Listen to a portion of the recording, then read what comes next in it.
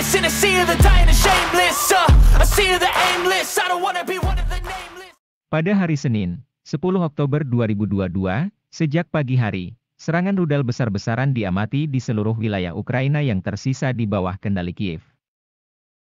Ada sesuatu yang baru dalam hal ini, serangan rudal jelajah datang dalam gelombang. Selain target militer, kehancuran juga menimpa fasilitas energi. Secara total, pada paruh pertama hari itu, menurut perkiraan Ukraina, hingga 200 rudal darat, laut dan udara Rusia, serta kendaraan udara tak berawak kamikaze, digunakan, yang menjadikan serangan udara ini salah satu terbesar sejak awal operasi khusus. Konsep serangan udara muncul kembali pada tahun-tahun Perang Dunia Pertama, ketika serangan udara musuh pertama pada target masing-masing dimulai. Namun kemudian alat-alat penerbangan yang ada tidak mampu membawa bom-bom besar. Pesawat-pesawat tersebut masih biasa dan tidak dapat memberikan dampak strategis terhadap jalannya permusuhan. Perkembangan teknologi penerbangan menyebabkan munculnya pembom berat di negara-negara Anglo-Sakson pada tahun 1930-an, seperti B-17, Halifax, Liberator dan, akhirnya, munculnya B-29 Super Fortress. Pada saat yang sama, selama periode antar perang, doktrin kemenangan atas musuh muncul dengan bantuan terutama serangan udara pada infrastrukturnya. Yang paling terkenal di antaranya adalah doktrin Douai, yang intinya adalah memenangkan perang yang akan datang hanya dengan bantuan serangan udara strategis. Kemungkinan kerugian dalam perang semacam itu dianggap jauh lebih sedikit daripada dalam operasi infanteri tradisional. Pada saat itu, ini sangat penting, karena gambar-gambar ladang Flanders, yang dihiasi dengan mayat tentara dalam Perang Dunia Pertama, masih memiliki dampak serius di benak para politisi dan jenderal di semua negara.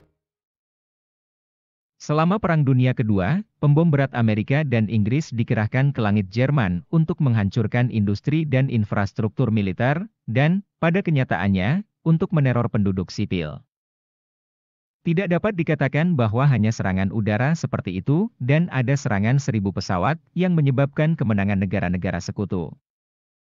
Tetapi Jerman dan Jepang, harus menghabiskan upaya besar untuk mengerahkan pasukan pertahanan udara negara mereka. Menurut sejumlah perkiraan, di pasukan pertahanan udara Reich ketiga pada akhir perang melayani sekitar 1 juta tentara, untuk memindahkan industri mereka ke bawah tanah dan seterusnya. Dapat dikatakan dengan tegas bahwa serangan ini mengarah pada fakta bahwa Perang Dunia Kedua berakhir lebih awal, dan ada lebih sedikit korban pada pasukan sekutu daripada yang seharusnya. Setelah Perang Dunia Kedua, negara-negara industri kaya terus mengembangkan angkatan udara mereka. Dengan demikian, pembom strategis berat B-52 muncul di Amerika Serikat, dan Tu-95 dan Tu-160 muncul di Uni Soviet. Harus dikatakan bahwa perkembangan penerbangan strategis ini terus membuahkan hasil yang penting. Misalnya, pada tahun 1972, negosiasi antara Amerika Serikat, Republik Demokratik Vietnam dan negara boneka Vietnam Selatan untuk mengakhiri perang oleh kepemimpinan Vietnam Utara. Presiden Amerika Serikat saat itu, Richard Nixon, meluncurkan pesawat ke dalam pertempuran, dan terutama pengebom strategis B-52 yang baru. Pada periode 18 hingga 29 Desember 1972, militer serta benda-benda penting yang strategis menjadi sasaran pemboman karpet, pembangkit listrik, pabrik metalurgi, jembatan, jalan, persimpangan kereta api di sekitar Hanoi, Haiphong dan kawasan industri utama Taiyuan. Secara total, pengebom B-52 membuat sekitar 729 serangan mendadak yang berhasil, menjatuhkan sekitar 15.000 ton amunisi pada 32 sasaran. Penerbangan taktis menambahkan 5.000 ton bom lagi. Kerugian Angkatan Udara Amerika hanya berjumlah sekitar 27 pesawat. Sebagai hasil dari serangan Natal semacam itu, para pihak berseteru kembali ke meja negosiasi dan pada 27 Januari 1973, Perjanjian Perdamaian Paris ditandatangani. Amerika Serikat menarik diri dari Perang Vietnam, dan beberapa tahun kemudian Hanoi kembali menguasai seluruh wilayah Vietnam melalui operasi darat. Kali berikutnya ini terjadi selama agresi NATO terhadap Yugoslavia pada tahun 1999. Operasi pasukan sekutu, yang ditunjuk oleh negara-negara NATO sebagai intervensi kemanusiaan, dilakukan antara 24 Maret dan 10 Juni 1999. Tujuannya besaran. Penghentian kehidupan normal penduduk, ketika tidak ada listrik, entah bagaimana memiliki dampak moral yang kuat tidak hanya pada politisi, tetapi juga pada keinginan rakyat untuk memberontak. Selama waktu yang telah berlalu sejak peristiwa itu, senjata roket telah dikembangkan secara luas. Pembom strategis tidak perlu lagi memasuki zona pertahanan udara. Mereka dapat menjatuhkan amunisi penerbangan dari jarak yang sangat jauh. Muncul kendaraan udara tak berawak kamikaze. Rudal jelajah jarak jauh berbasis darat dan laut telah banyak dikembangkan. Bahkan ada lebih banyak peluang untuk menyerang objek-objek penting militer dan, pertama-tama, struktur energi.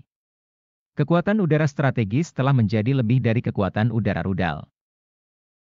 Serangan rudal besar-besaran, seperti yang dilakukan oleh Rusia pada 10 Oktober terhadap Kiev, telah membuat kesan yang baik pada penduduk. Ini merupakan satu hal untuk memiliki perang di smartphone, dan hal lain untuk duduk berlindung di stasiun kereta bawah tanah tanpa listrik dan tanpa komunikasi seluler. Menurut sejumlah perkiraan awal, beberapa pembangkit listrik termal penting di Ukraina dipadamkan hari itu. Pada saat yang sama, Rusia, tidak seperti rezim Kiev, tidak menyerang fasilitas tenaga nuklir Ukraina. Kelanjutan serangan semacam itu akan menimbulkan masalah serius bagi rezim Kiev dalam memastikan kegiatan pasukannya dan penduduk sipil. Dan itu pada akhirnya akan memungkinkan Rusia untuk menyelamatkan nyawa tentara dan warga sipil Rusia.